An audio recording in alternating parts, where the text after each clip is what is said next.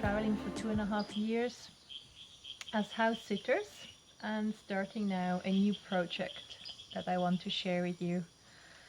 So we plan to build a Vastu tiny house. Tiny house, I guess everybody knows already what that is.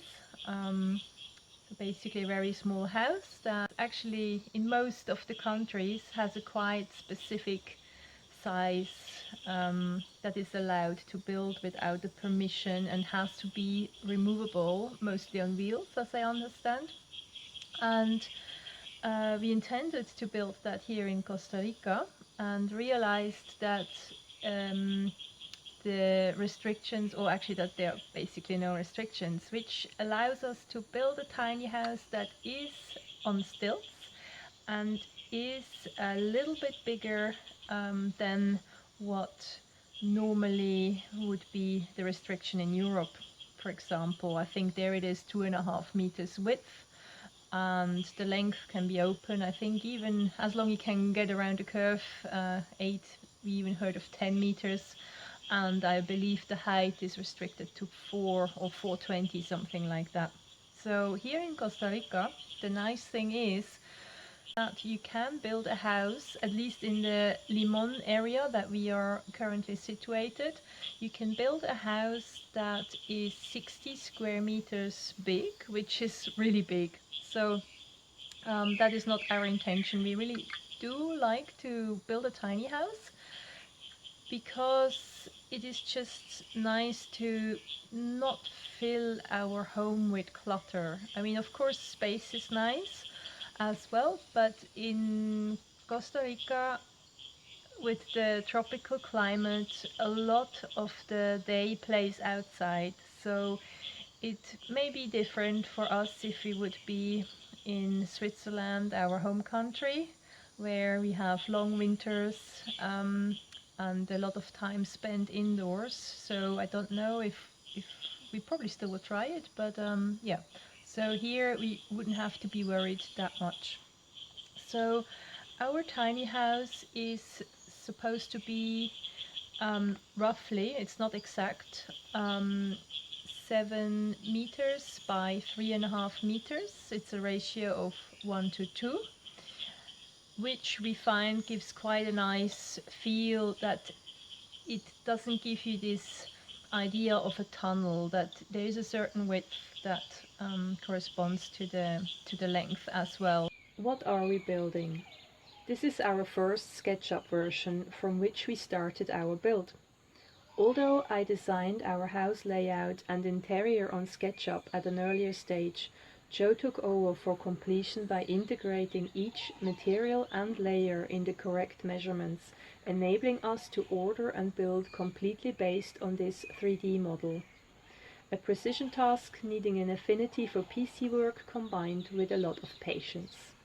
We used the free version of SketchUp for this. Since there are no tiny house restrictions, our foundation will be made of 8 concrete piers. The reason we went for piers instead of a concrete slab is the wish to affect nature as minimal as possible with our build.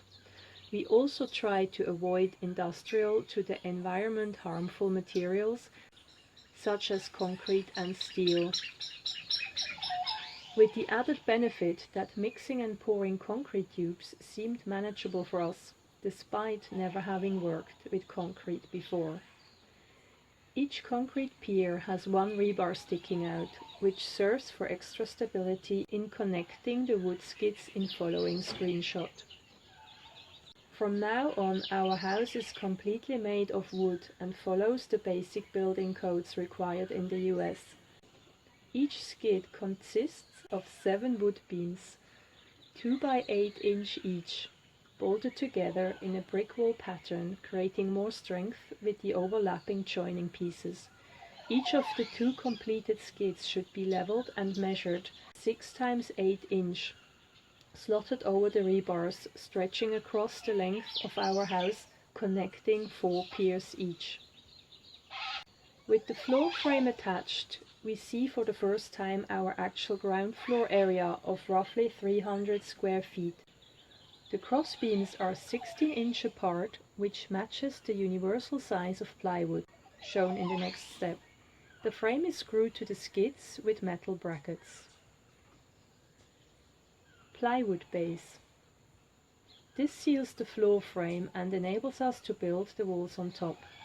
Since Costa Rica has regular temperatures throughout the year, we decided to skip additional insulation. Now we start to feel more comfortable. This is where we picked up our build in the tiny house building course in North Carolina, hence my measurements in inch and feet.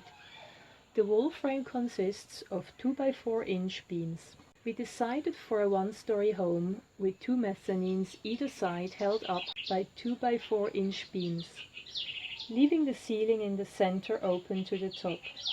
Once they are in and covered with plywood, it enables us to continue with the first story walls.